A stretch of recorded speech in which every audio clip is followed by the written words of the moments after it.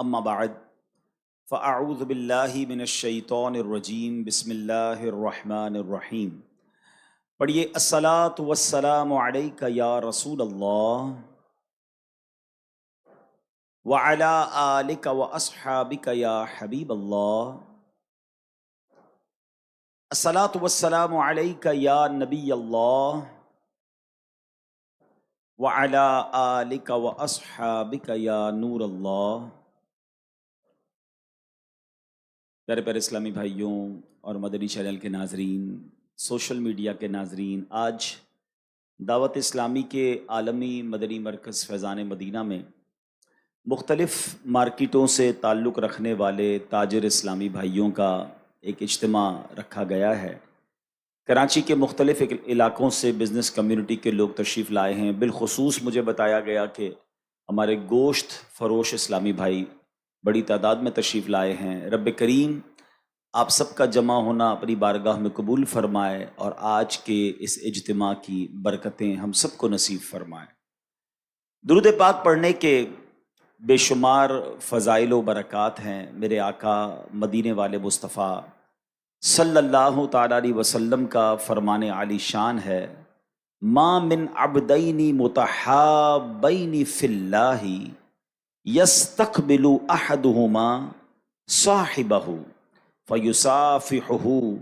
آقا فرماتے ہیں کہ اللہ پاک کی خاطر آپس میں محبت رکھنے والے جب آپس میں ملیں اور مصافحہ کریں، ہاتھ ملائیں، وَيُصَلِّيَانِ عَلَى النَّبِيِّ صلی اللہ علیہ وسلم، اور پھر نبی پاک علیہ الصلوۃ والسلام پر درود بھیجیں، إِلَّا لَمْ يَفْتَرِقَا حَتَّى تُغْفَرَ ذُنُوبُهُمَا مَا تَقَدَّمَ مِنْهُمَا وَمَا تَأَخَّرَ۔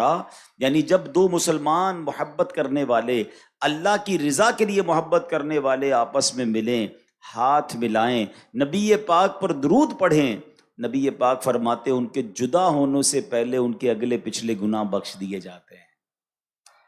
کیا خوبصورت ہمارا مذہب ہے، کیا پیارا انداز ملاقات کا ہے۔ آج کل سلام کی عادت بھی ختم ہوتی جا رہی ہے، مصافحہ کی عادت بھی ختم ہوتی جا رہی ہے۔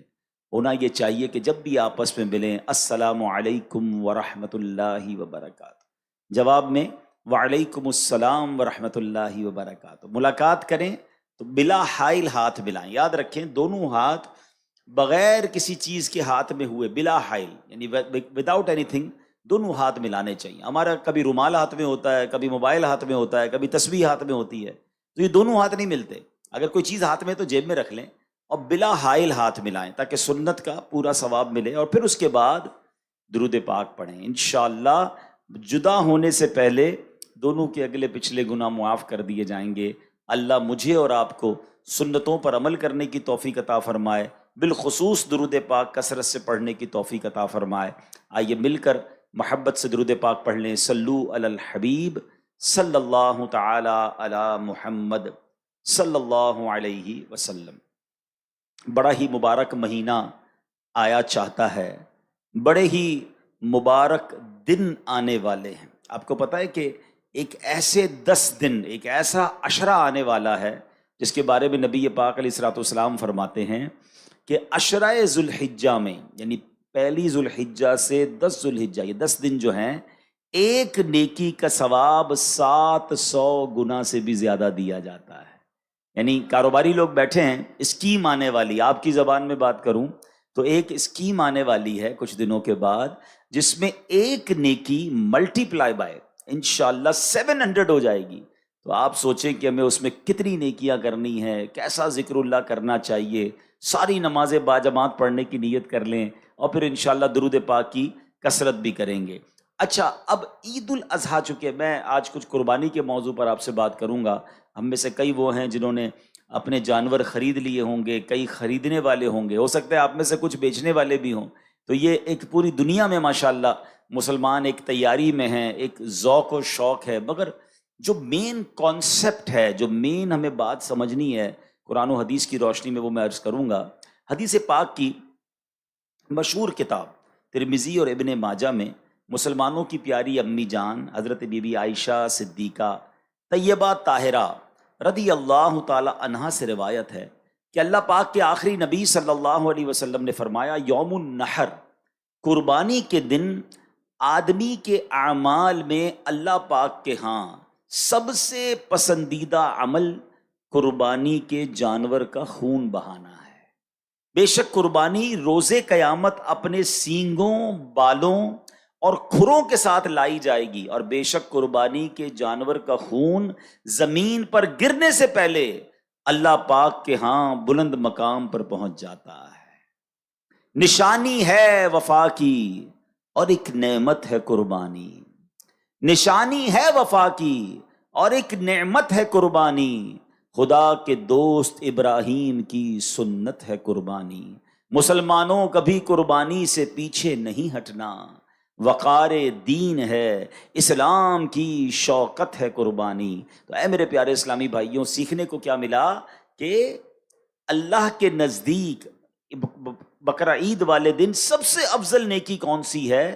وہ جانور کا خون بہانا ہے۔ یہ ان لوگوں کے لیے بھی جواب ہے جو قربانی کے مقابلے میں آلٹرنیٹ پیش کرتے ہیں۔ ہر سال قربانی کے دنوں میں وسوسہ پیدا کرنے والے لوگ آتے ہیں، کہتے ہیں جناب اتنے جانور ذبح ہوتے ہیں، کروڑوں اربوں روپے خرچ ہو جاتے ہیں، کسی غریب کی مدد کر دینی چاہیے، کسی کے ساتھ تعاون کر دینا چاہیے، اتنے جانور قربان کیوں کرتے ہیں؟ مجھے ایک بات بتائیں، میں کسی غریب کی مدد کروں، میں کسی جناب اور نیکی کے کام میں خرچ کروں، مجھے اجر کس سے لینا ہے؟ جواب دیجئے گا، اللہ سے لینا ہے۔ اور اللہ کا حکم کیا ہے کہ اللہ کے نزدیک یوم النحر سب سے افضل کام یہ ہے کہ اس دن جانور کا خون بہایا جائے۔ تو ہمیں ایک بات سمجھنی ہے، ہم شریعت کے پابند ہیں۔ جس رب نے ہمیں مسلمانوں کی خیر خواہی کا، جس شریعت نے ہمیں مسلمانوں کی خیر خواہی کا درس دیا، وہی شریعت ہمیں بتا رہی ہے کہ یوم النحر، قربانی کے دن سب سے افضل عمل کیا ہے؟ وہ قربانی کرنا ہے۔ تو اس میں کوئی پس و پیش نہیں کرنی چاہیے۔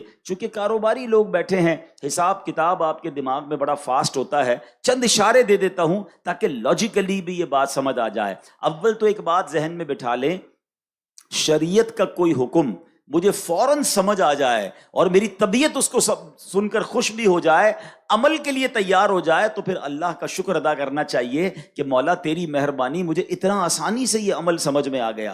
اور کبھی کبھی ایسا ہو کہ میری عقل میں کوئی شریعت کا حکم نہ آئے، کوئی شریعت اور قرآن و حدیث کی بات مجھے تھوڑی سی مشکل سے سمجھ آئے، تو پھر سمجھ لو میری عقل کا قصور ہے، اس حکم میں کسی قسم کی کوئی کمزوری نہیں ہے۔ لیکن چلیں جناب، میں لاجیکلی بھی بتا دیتا ہوں کہ جتنا بڑا پیسوں کا ٹرن اوور، جتنا بڑا معاشی سپورٹ صرف قربانی کی وجہ سے مسلمانوں کے اندر ہوتا ہے، وہ شاید بہت بڑے بڑے بزنس میں نہیں ہوتا ہوگا۔ بتایا جاتا ہے خربوں روپے کی قربانی پاکستان میں ہوتی، اربوں کی نہیں، خربوں روپے کی قربانی ہوتی ہے۔ تو یہ اربوں خربوں روپے جاتے کہاں ہیں؟ یہ امیروں کی، مالداروں کی جیب سے نکلتے ہیں اور غریب لوگوں کی جیبوں میں چلے جاتے ہیں۔ آپ کو پتا ہے کہ جانور پالنے والے اکثر کون ہوتے ہیں؟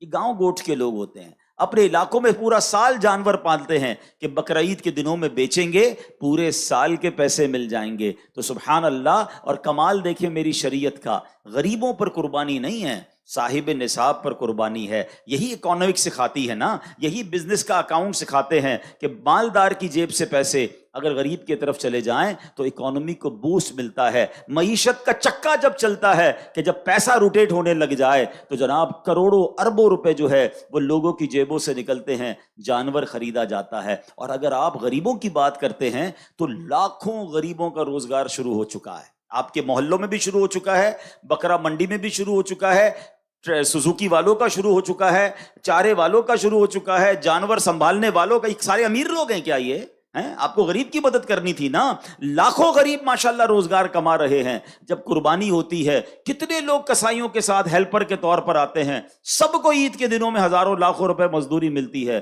پھر غریبوں کا بھلا ہو رہا ہے۔ اور آگے چلیے، جب یہ قربانی ہو جاتی ہے، آپ کے اپنے خاندان میں، آپ کے اپنے ملازمین میں ایسے ہزاروں لاکھوں مسلمان ہوتے ہیں جو بقرہ عید میں جی بھر کر گوشت کھاتے ہیں، جن کے گھروں میں پورا سال گوشت نہیں پکتا، ان کو جناب ماشاءاللہ اچھا گوشت مل جاتا ہے، کیا یہ غریبوں کی مدد نہیں ہے؟ آگے چلیے، جانور قربان ہو گیا، اب اس کی کھالیں، یہ کھالیں کہاں جاتی ہیں؟ یہ کھالیں چمڑا فیکٹری میں جاتی ہیں، اب وہاں لیدر کا کاروبار شروع ہوتا ہے، نہ جانے جوتے بنانے والے، جیکٹ بنانے والے، لاکھوں کروڑوں لوگوں کا پھر روزگار شروع ہو جاتا ہے۔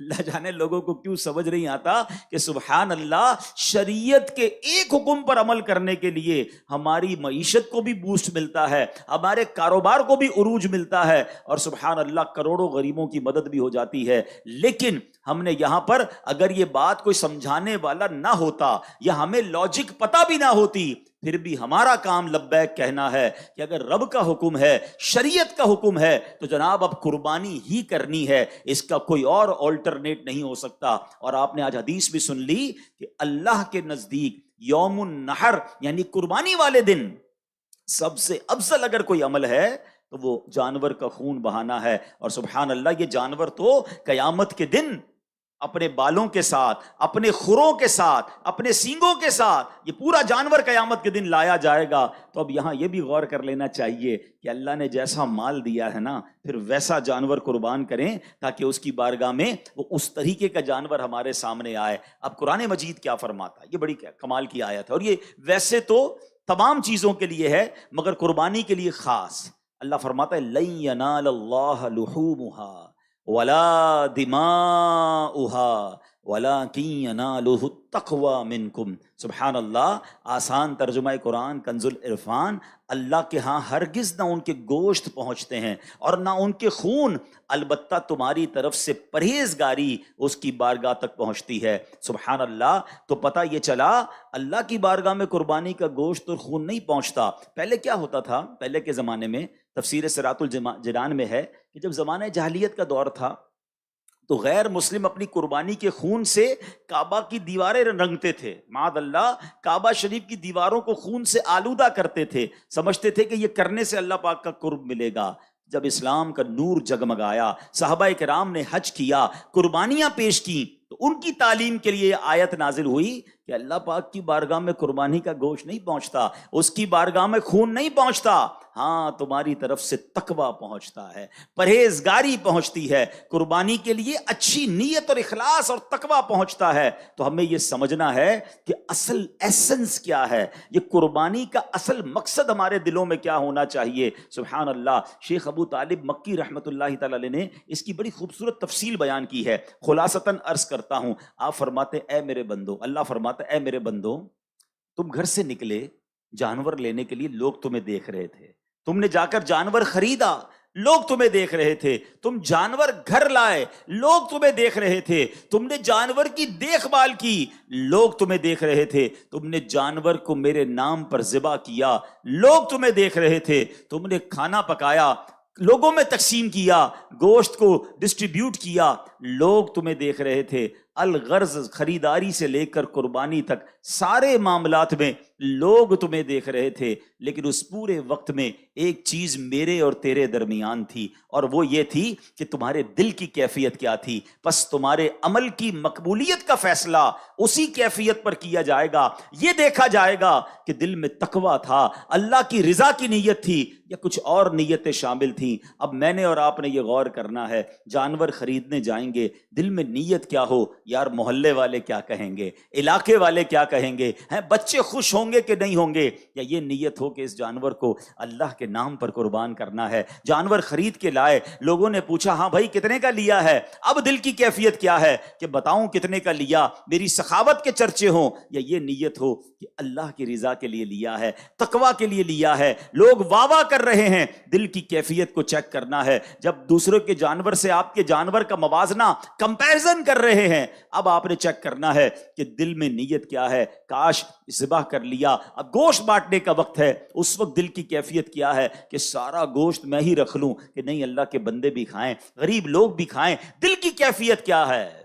تو پتہ یہ چلا کہ یہ سارا فلسفہ ہی کیفیت دل کا ہے، اخلاص ہے کہ نہیں، تقوی ہے کہ نہیں۔ دوبارہ یہ آیت کا ترجمہ سنیں کہ اللہ نے کیا فرمایا، اللہ کے ہاں ہرگز نہ ان کے گوشت پہنچتے ہیں نہ ان کے خون، البتہ تمہاری طرف سے پرہیزگاری اس کی بارگاہ تک پہنچتی ہے۔ تو یہ بات ہمیں سمجھنی ہے۔ ایک اور حدیث پاک سے قربانی کے دن قربانی کا جانور قربان کرتے وقت دل کی کیفیت میں ایک اور اضافہ کرنا ہے۔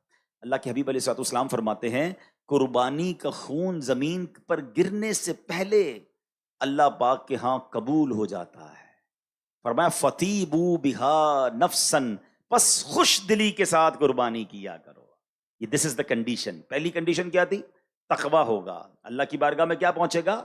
تقویٰ۔ اور اب آپ چاہتے قربانی مقبول ہو جائے، قطرہ پہلا گرنے سے پہلے ہی مقبول ہو جائے، تو وہ کیا ہے؟ خوش دلی۔ اب کچھ لوگ کیا کرتے ہیں، ارے بھائی پھر قربانی کے دن آ گئے، پھر پیسے خرچ کرنے پڑیں گے، ہیں اتنے مال تو ہے کہ قربانی معاف نہیں ہے، خاندان والوں کو بھی تو دکھانا ہے، قربانی پچھلی بار 4 بکرے لایا تھا، اس بار 3 لاؤں گا، پھر بھی لوگ باتیں بنائیں گے، جانور تگڑا لایا تھا، اس بار بھی اس سے اچھا لانا پڑے گا۔ یعنی اب یہاں پر بوجھ سمجھ کر قربانی کی جا رہی ہے، فارمیلٹی کے لیے قربانی کی جا رہی ہے، نہیں، خوش دلی کے ساتھ۔ اے اللہ تیری مہربانی، تو نے اس قابل بنایا، تیرا کرم کہ تو نے اس قابل بنایا، پھر مجھے ثواب کمانے کا موقع دیا۔ روایتوں میں آتا ہے کہ قربانی کے جانور کے ہر بال کے بدلے میں قربانی کرنے والے کو ایک نیکی ملتی ہے۔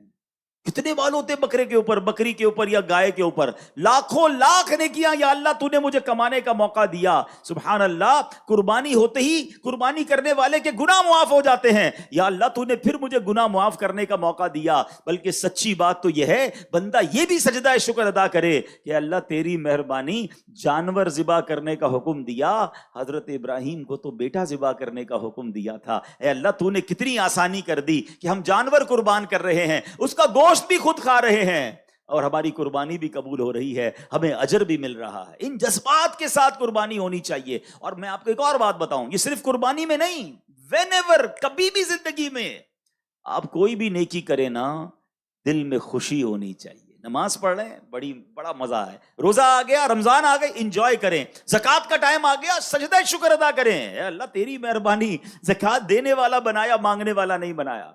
مگر ادھر ایسے بھی لوگ ہوتے ہیں، رمضان آئے تو ٹینشن، ارے باپ رے باپ پھر روزے رکھنے پڑیں گے، 1 سال گزر گیا، ارے باپ رے باپ پھر زکوٰۃ دینی پڑے گی، اللہ اکبر، پھر جناب لمبی لمبی تراویحاں پڑھنی پڑیں گی۔ ارے توبہ کرو، اللہ نے پیر سلامت دیے ہیں جبھی تو تراویح پڑھو گے نا، اللہ نے مال دیا جبھی تو زکوٰۃ دو گے، اللہ نے مال دیا جبھی تو حج کو جا رہے ہو۔ ارے عبادتوں میں تو انجوائے کیا کرو، اور جو عبادت خوش دلی کے ساتھ ہوتی ہے نا، اس کا اجر، اس کا ثواب، اس کی برکت ہی کچھ اور ہوتی ہے ہمیشہ۔ اب اس قربانی میں بھی آپ نے بہترین جانور کرنا ہے، مگر اچھی نیت کے ساتھ اور خوش دلی کے ساتھ کرنا ہے۔ اللہ اکبر۔ اب سنو نا، خوش دلی کس کو کہتے ہیں؟ اللہ حضرت ابراہیم اور حضرت اسماعیل کی اس قربانی کا کوئی ذرہ نصیب فرما دے۔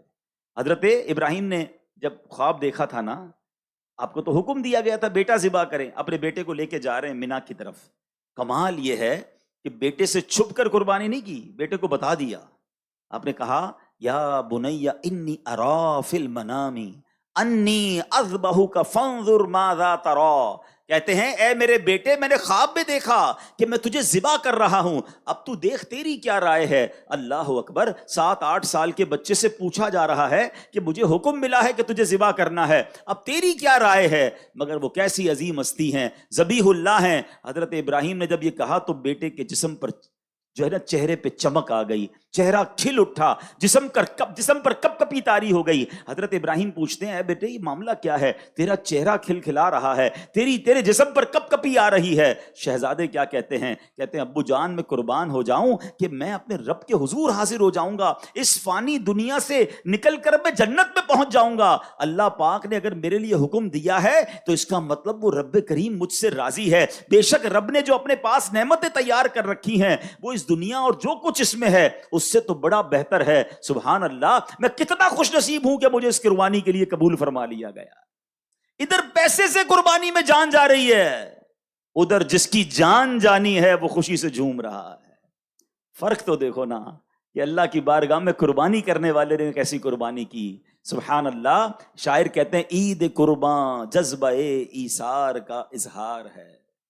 عید قرباں جذبہ ایثار کا اظہار ہے، یہ اطاعت کا خلیل اللہ کی معیار ہے یہ تسلیم و رضا کی ایک لافانی مثال، جان دینے کے لیے فرزند بھی تیار ہے، باپ کا حسن عمل بیٹے کا ذوق اتباع اس مثالی داستاں کا مرکزی کردار ہے۔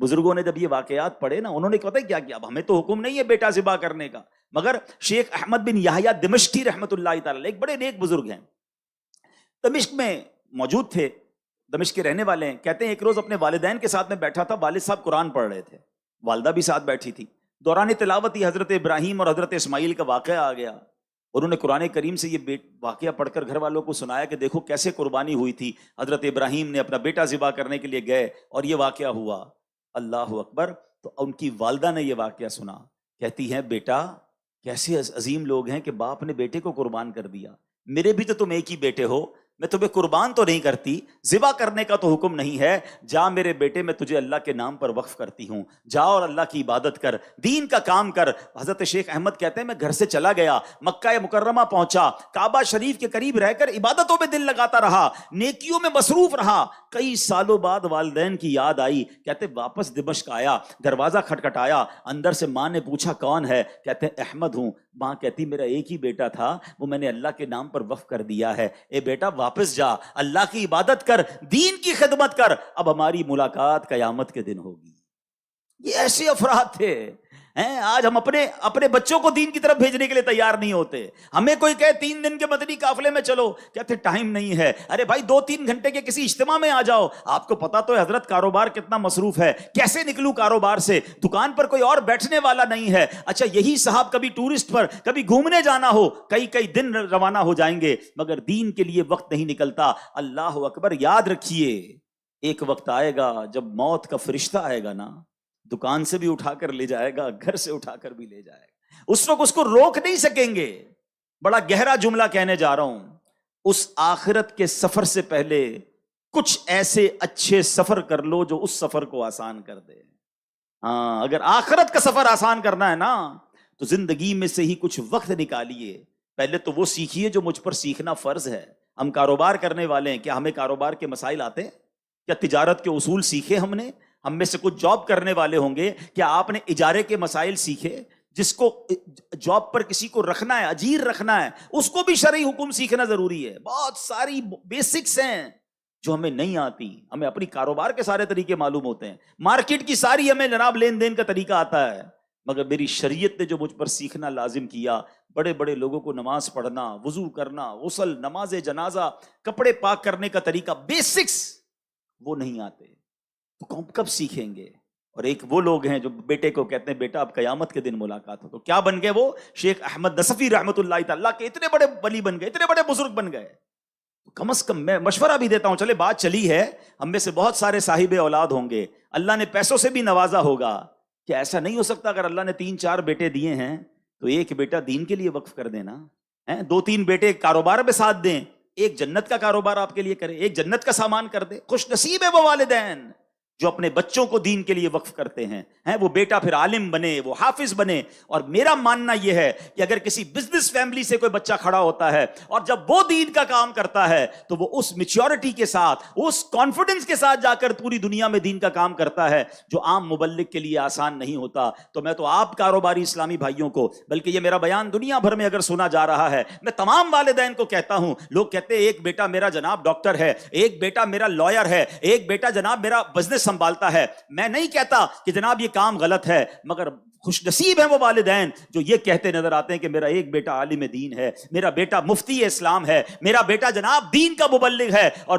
جا کر لوگوں کو نیکی کی دعوت دیتا ہے۔ کوئی ایک بیٹا تو ایسا رکھو نا جو مرنے کے بعد بھی آپ کے لیے صدقہ جاریہ کا باعث بنے۔ کہتے ہیں خاندان میں ایک ڈاکٹر ہونا چاہیے، سچی بات یہ ہے کہ فیملی میں ایک عالم دین ہونا چاہیے، حافظ قرآن ہونا چاہیے، کیونکہ حدیثوں میں یہ مضمون موجود ہے کہ حافظ قرآن اپنے گھر والوں میں سے 10 ایسے لوگوں کی قیامت کے دن شفاعت کر کے انہیں جنت میں لے جائے گا جن پر گناہوں کی وجہ سے جہنم واجب ہو چکا تھا۔ عالم دین جب جنت میں جائیں گے تو انہیں روکا جائے گا کہ رک جائیے اور لوگوں کی شفاعت کیجیے، انہیں بھی اپنے ساتھ جنت میں لے جائیے۔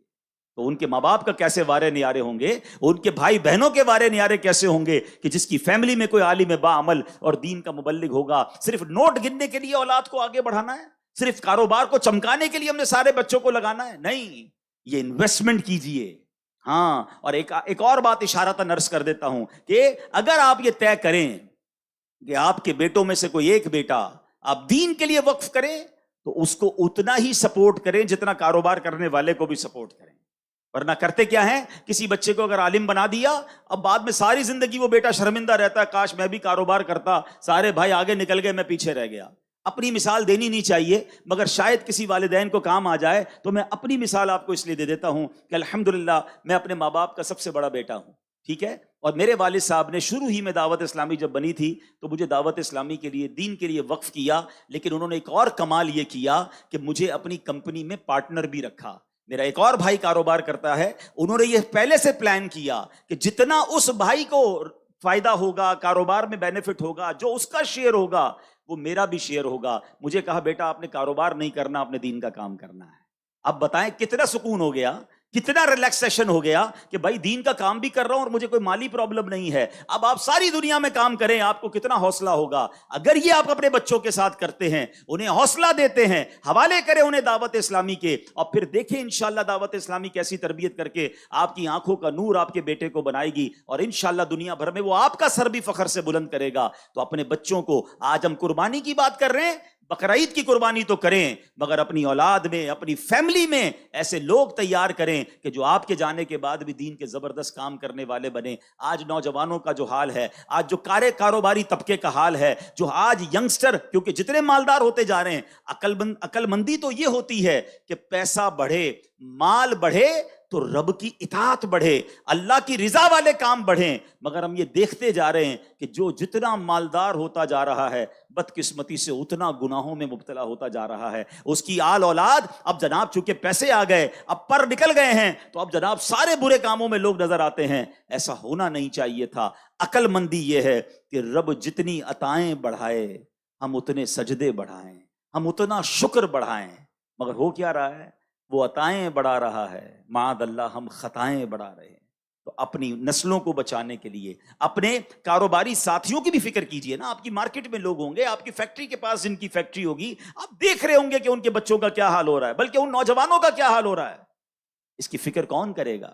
مجلس تاجران نے آج اگر تاجروں کو جمع کیا ہے تو صرف آپ اپنی فکر نہ کریں، ہم اپنے تمام تاجر برادری کی فکر کریں۔ اپنی سوسائٹی میں آپ جس بھی کالونی سے، جس بھی جناب مارکیٹ سے آئے ہیں، کہ جناب ہم اگر آج دعوت اسلامی کے فیضان مدینہ میں آئے ہیں تو اگلی بار اپنی مارکیٹ کے مزید تاجران کو لے کر آئیں گے، ہم ان کے بچوں کو بھی دین کی طرف بلانے کی کوشش کریں گے۔ تو اس کا طریقہ یہی ہے کہ اس طرح کی گیدرنگز ہوتی رہیں، آپ کی مارکیٹوں میں بھی ہوتی رہیں، دکان درس کا سلسلہ شروع ہو، فیکٹری مدرسۃ المدینہ بالغان کا سلسلہ شروع ہو، اور پھر ہم اپنے بچوں کو، ہم بزنس کمیونٹی کے لوگ جو ہے اپنا وقت دے کر دیکھیں۔ آج تو وقت کی قربانی مانگی جا رہی ہے۔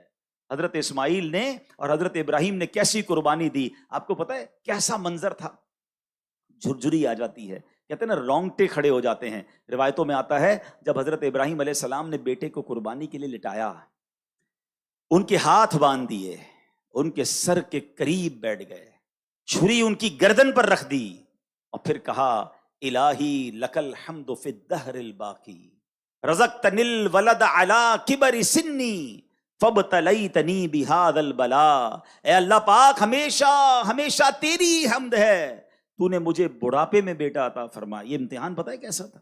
99 سال کی عمر میں حضرت اسماعیل ملے تھے حضرت ابراہیم، کتنی دعاؤں کے بعد، اور اسی کو ذبح کرنا ہے۔ پھر کہتے ہیں یا اللہ اسی کے ذریعے آزمائش آئی ہے، مگر اگلا جملہ سنو، کہتے فَإِن كَانَ هَذَا رِضًا لَكَ فَأُسَلِّمُ لِأَمْرِكَ۔ اے اللہ اگر تیری رضا اسی میں ہے تو میں تیری رضا کی خاطر تیرے حکم کے سامنے سر جھکاتا ہوں۔ اگر تو اسی پر راضی ہے تو اے اللہ میں بھی راضی ہوں۔ کتابوں میں لکھا جب حضرت ابراہیم نے یہ کہا نا تو فرشتے بھی رونے لگے، روتے روتے اللہ کی بارگاہ میں عرض کرتے ہیں مولا تیرے نبی ہیں، ایک لیٹا ہوا ہے، ایک ذبح کرنے ہے، اے اللہ تیری رضا کی خاطر ذبح کرنے کو تیار ہیں۔ پھر اللہ کریم نے سبحان اللہ حضرت اسماعیل کے فدیے میں جنتی مینڈا بھیجا۔ کاش یہ جذبہ کا کچھ ذرہ نصیب ہو جائے۔ اے اللہ میں تیری رضا میں راضی، جملہ کتنا پیارا ہے، ہم پتہ کیا کرتے ہیں، ہم اللہ سے بھی کاروبار کر رہے ہوتے ہیں، شرطیں لگا رہے ہوتے ہیں، اللہ یہ بھی دے دے، یہ بھی دے دے، یہ بلا دور کر دے، بس ہمارے پسند کا حال ہم کو دے دے۔ جو عارفین ہوتے ہیں نا، جو اللہ کے مقرب ہوتے ہیں، اللہ سے یہ نہیں کہتے اللہ وہ حال دے دے جس میں میں خوش ہوں، وہ کہتے ہیں یا اللہ وہ حال میں رکھ جس میں تو راضی ہے، اور تو جس حال میں رکھے میں اس حال میں راضی ہوں۔ مزہ یہ ہے نا کہ اللہ کی رضا والی زندگی مل جائے، میری رضا والی۔ ہم چاہتے ہیں میں کمفرٹ زون میں رہوں، کوئی پرابلم، کوئی پریشانی، کوئی ڈیفیکلٹی سامنے نہ آئے۔ ارے مزہ یہ ہے کہ اے رب تو جس حال میں دیکھنا چاہتا ہے میں اس حال میں راضی، مجھے میرے حال کے سپرد نہ کر مولا، اپنی پسند کے حال میں داخل فرما دے۔ یہ اللہ والوں کا طریقہ ہے۔ اللہ اس عظیم قربانی کا صدقہ مجھے اور آپ کو نصیب فرمائے۔ اور بس اب عرض یہی ہے کہ جیسے میں نے شروع میں کہا کہ پہلی ذوالحجہ سے وہ عشرہ شروع ہو رہا ہے جس کی ہر نیکی 700 نیکیوں کے برابر ہے، تو کم از کم یہ 10 دن خوب نیکیاں کیجیے، ہو سکے تو روزے رکھ لیجیے۔ قربانی والے دن تو روزہ نہیں رکھنا، باقی پہلے 9 دن آپ روزہ رکھ سکتے ہیں۔ راتوں کو یہ سبحان اللہ بڑی مبارک راتیں، ان راتوں میں یہاں مدنی مذاکرے ہوں گے، ہو سکے تو روز رات کچھ نہ کچھ دوستوں کو لے آئیں، مدنی مذاکروں میں شامل ہو جائیں، اپنے علاقے میں بیٹھ کر مدنی مذاکرہ دیکھ لیں، اور پھر انشاءاللہ جب قربانی کریں تو نیت کیا ہو وہ میں نے آپ کو بتا دیا۔ جانور لینے سے قربانی کرنے تک تقویٰ، اللہ کی رضا، ہاں کوئی گناہ نہ کریں۔ کسائی سے بھی سارے معاملات پہلے طے کر لے، بعد میں اس سے لڑائی ہو رہی ہوتی ہے، پتہ چلا میرا ثواب ہی کم نہ ہو جائے، گوشت بانٹنے میں کوئی گڑبڑ نہ ہو، ہر چیز میں تقویٰ اور پرہیزگاری ہو، کسی کی دل آزاری نہ ہو، جانور ایسی جگہ نہ باندھے جس کی وجہ سے لوگوں کا راستہ روک رہا ہے، کسی کی روڈ پہ کھڈا کر رہے ہیں، نہیں، آرام سے محبت سے رضا خوشی کے ساتھ میری قربانی ہو، کیونکہ یہ قربانی میرے لیے جنت کا سامان بنتے جا رہی ہے۔ اور جب ذبح کریں نا تو اللہ کی بارگاہ میں یہ بھی دعا کریں کہ اللہ آج جانور ذبح کر رہا ہوں، کبھی وقت پڑا مولا اپنا مال بھی قربان کروں گا، اپنے وقت کی قربانی بھی دوں گا، بلکہ مولا ایسا جذبہ دے کہ تیرے دین پر موقع ملے تو اپنی جان بھی قربان کر دیں۔ یہ نیتیں ہوں، اپنے نفس کو قربان کریں، اپنی بری عادتوں کو قربان کرنے کی نیت کریں۔ اے اللہ یہ جانور کو ذبح کرتے کرتے میں اپنی بری عادتوں کو بھی اب ختم کر رہا ہوں، اے اللہ استقامت تو عطا فرما۔ وہ بڑا کریم ہے، وہ نگاہ فرمائے تو ہم بھی نیک ہو سکتے ہیں۔ تو ان نیتوں کے ساتھ قربانی کریں اور اس دعوت اسلامی کے ماحول سے وابستہ رہیں۔ جیسا میں نے کہا کہ قربانی کے لیے ایک طریقہ یہ بھی ہے کہ وقت کی قربانی دے کر علم دین سیکھیں اور دوسروں کو بھی ساتھ لے کر چلیں۔ تو انشاءاللہ 14 جون یعنی عید کے فوراً بعد، تیسری عید کے غالباً بعد بنے گا یا 3-4 دن بعد، ہفتے کو مدنی مذاکرے کے بعد یہیں سے 12 دن کا قافلہ انشاءاللہ روانہ ہوگا۔ تو سبحان اللہ، لوگ ویسے ہی جون جولائی میں گھومنے پھرنے جاتے ہیں، ایک بار یہ 12 دن کے قافلے میں ہم علم دین سیکھنے چلے جائیں۔ تو میری گزارش ہے کہ اس میں نیت کریں سفر کی، اور سبحان اللہ 1 محرم سے بھی 12 دن کا قافلہ سفر کرے گا۔ ہمارے جو گوشت فروش اسلامی بھائی ہیں ان کا نارملی بقرعید کے بعد تھوڑا سیزن ڈاؤن ہوتا ہے، تو سبحان اللہ یہ جو فارغ دن ہیں ادھر ادھر گھومنے پھرنے کی بجائے قافلے میں سفر کر کے اپنی آخرت کا سامان کر لیں اور بہت کچھ سیکھ کر تشریف لائیں۔ تو امید کرتا ہوں کہ آج جو قربانی کی داستان سنی ہے، جو قربانی کا فلسفہ سنا ہے، اب ہم بھی کچھ نہ کچھ قربانی دینے والے بنیں گے۔ رب کریم ہم سب کو عمل کرنے کی توفیق عطا فرمائے۔ آج آپ کو دعوت دے کر بلایا گیا ہوگا، فالو اپ بھی کیا گیا ہوگا، مگر یہ فیضان مدینہ آپ کا ہے۔ اب اگلی بار آپ کو دعوت دے کر بلانا نہ پڑے، بلکہ آپ دعوت دینے والے بن جائیں انشاءاللہ۔ یعنی آپ ہوسٹ نہ بنے، آپ اب آئندہ جو ہے گیسٹ نہ بنے، بلکہ آپ ہوسٹ بن جائیں، آپ میزبان بنیں اور دوسروں کو لائیں۔ اللہ کریم ہم سب کو عمل کرنے کی توفیق عطا فرمائے۔ جن اسلامی بھائی نے امامہ شریف سے جانے کی نیت کی ہے وہ آ جائے۔ کچھ اسلامی بھائی ایسے ہیں جنہوں نے روزانہ امامہ شریف سے جانے کی نیت کی ہے، کچھ اسلامی بھائی ایسے ہیں جنہوں نے جمعہ کا دن امامہ شریف سے جانے کی نیت کی۔ آ جائے، جلدی آ جائے۔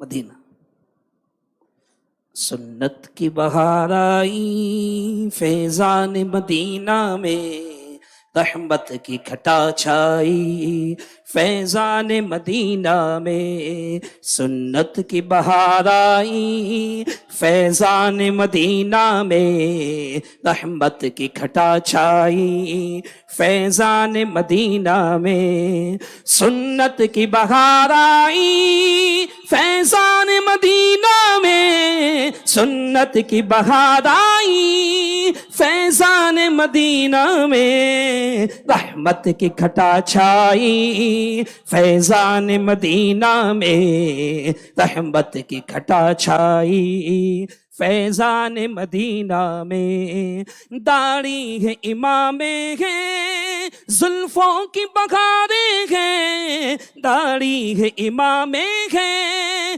زلفوں کی بخاریں ہیں، شیطان کو شرم آئی فیضان مدینہ میں، شیطان کو شرم آئی فیضان مدینہ میں، سنت کی بہار آئی فیضان مدینہ میں، رحمت کی گھٹا چھائی فیضان مدینہ میں، لمحات مسرت ہیں دیوان بڑے خوش ہیں، لمحات مسرت ہیں دیوان بڑے خوش ہیں، کیوں جھومے نہ ہر بھائی فیضان مدینہ میں، کیوں جھومے نہ ہر بھائی فیضان مدینہ میں، ہاں ہاں ہاں سنت کی بہار آئی فیضان مدینہ